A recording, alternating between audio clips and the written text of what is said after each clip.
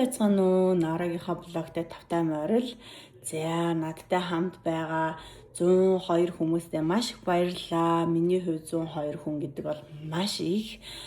Миний норо Instagram болон норо Facebook-ийг дагж байгаа та бүхэндээ бас маш их баярлалаа. За, энэ 7 хоногт ерөнхийдөө бол ингээ маш хурдан болж өнгөрч байгаа. Яагаад гэхээр нөгөө завгүй байхаар ингээд өдөр хоног маш хурдан өнгөрдөг юм байна. За, ямар ч байсан нэлээд хідэн сайхан баяртай мэдээ дуулгая. За, норон ямар ч байсан эхнийхээ одоо намайг нэмж нөгөө за чи аль хаалгаанд нь ихэж ормоор байна гэд. Тэгээ би өөрийнхөө нөгөө слинг буюу нөгөө давсаг унжидсан байгаа шүү дээ. Тэрний хаалгаанд төрүүлж орхорлсон. За, тэгээд дараад нь би үрийн суугаа хаалгах төрүүлж ирэн ингээд орхоор болсон. Яа тэгэхээр миний давсаг унжил нөгөө шээс маань тэгээ зурал тавиадах чи аюу хэцүү юм байна шүү дээ. Эмэгтэйчүүдээ. За, ганц сурж байгаа хүмүүс хэрвээ ийм асуудалтай байх юм бол мэдээж дараагийнхаа төрөлтийг төлөвлөж байгаа бол тэрнийхээ дараана бүр ингээд над шиг бүр ахиж хүүхэд гарахгүй гэж төлөвлөж байгаа үед энэ бүх өөрийнхөө засвар хийх хаалгануудыг хийгээрээ. За, нороо эмэгтэй хүн гэдэг өөрийгөө ерөөсөө хайж болохгүй, ямар ч үед өөрийгөө авч явах ёстой гэдгийг сүүлийн үед маш их сураад явж байгаа. Яг тэгэхээр би та нар мэдж байгаа шүү дээ, өөрийгөө хайсан эмэгтэй гэж яг над шиг эмэгтэй хэлнэ. Тэ? Яагаад тэгэхээр ямар ч эрүүл мэнд биеийнхээ эрүүл мэндийг хайцсан, сэтгэл санааны эрүүл мэндээ хайцсан, өөрийгөө хайцсан тий ингээд айгүй утгагүй амьдарч ирсэн юм шиг надад санагддаг байхгүй. Тэгээд энэ 7 хоног өөрийнхөө нөгөө дотоод одоо 17 настай тэр охинтойгоо маш сайн тулж ажилласан гэж би бодож байгаа. Яагаад тэгэхээр би нөгөө ChatGPT бас айгүй их тусалд юм байна. За, нөхөр одоо би ийм зан гаргаад байна. Энийг би яаж хийх контролдох уу? Яаж энийг би ингэж нөхөрлөгөө гаргахгүй байх уу гэх жишээний тий тэр зүйлүүдийг айгүй хөөрхөн заагаад өгчт юм байна. Тэгээд ямар ч байсан Монгол сэтгэл зүйчтэйгээ ажиллаад ингээд дуусныхаа дараа хэр болох нь бүгдээрээ харцгаая. Тэгээд энэ 7 хоног болохоор би шалгалтандаа манай ингээд бүр амар хэцүү нэг 3 эмэгтэй байгаа заяа. Үнэхээр хэцүү бүр үнэхээр ингээд надад таархаад ингээд муухай ажил. Өнөөдөр бүр нэг охин бүр миний суудлын дээр суугаад тэгээд би ингээд суудлын дээр сууж болох уу гэдгсэн чинь суугаадсахгүй. Тэгэхээр би ахаад чанга би суудлын дээр сууж болох уу гэдгсэн чинь ингээд амар муухай харснаа босч ирсэн. Намайг шууд ингээд мөрлөө гарчдаг байхгүй юу? Тэг би бүр амар сонирн болоод буцаагаад ингээд түлхээд тэгээд чи яагаад байгаа ингээд буцаагаад түлхээ баг зодоо бас багш бүр сандарч нөгөө Америк багш сандарч босч ирсэн. Хүү нороостой таяр болмол гэдгсэн. Над хичээлийн дараа надтай уулзаа. Чи одоо ингээд энэ хүмүүстэй харьцах одоо төвшинний хүн биш ээ. Би чамайг ингээд айгүй өөр гэж боддог. Тийм болохоор битгий энэ хүмүүстэй зуралд энэ хүмүүстэй чи ингээд төр хугацаанд байгаа. Чи ингээд та нар ингээд төгсөөл бүгд ажлын байран дээр гараад өөр газар ажлын байран дээр гараа явчихна. Нэг газар ажиллахгүй нь мэдээж бах. Тэгээд тийм болохоор одоо чи сар 6-7 хоног үлдсэн 6-7 хоногтой чи ингээд маш сайн хичээгээд өөрийнхөө шалгалтуудыг хийгээд ажиллах ёстой юм дээр ажиллаад ингээд яваараа гэж хэлсэн. За, тэгээд Америкт ерөнхийдөө иймэрхүү бүлийнүүд айгүй их байдаг.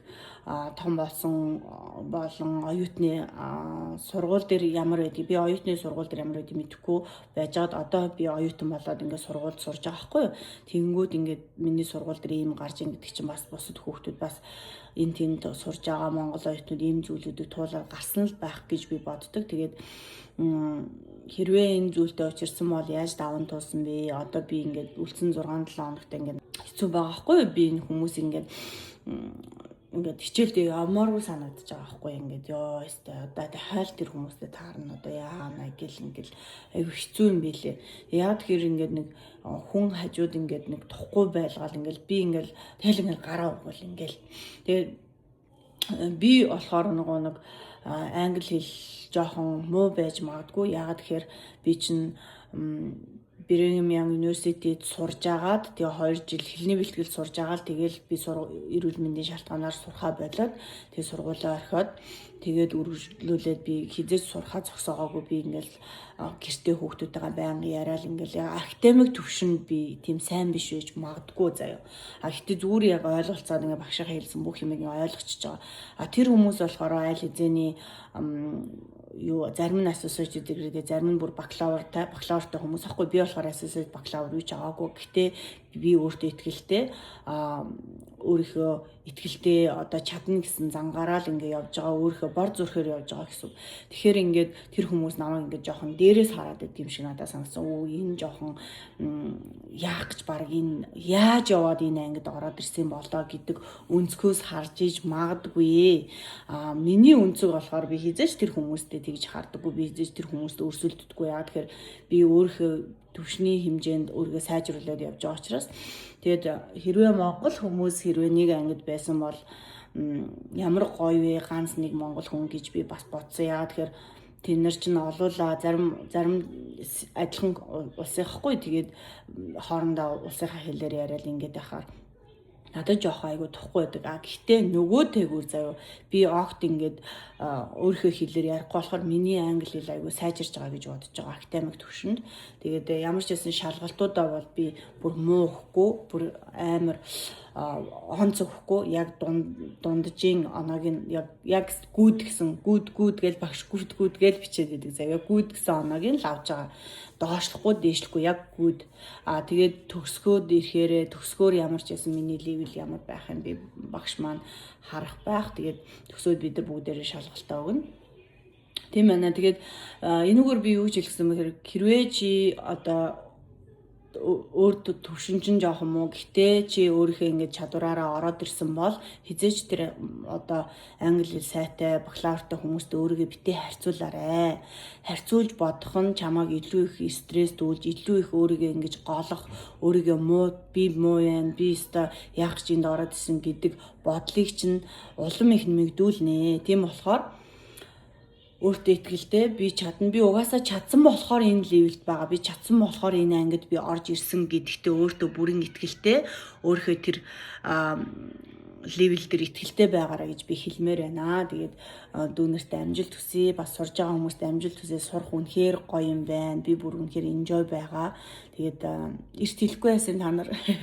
За баяртай.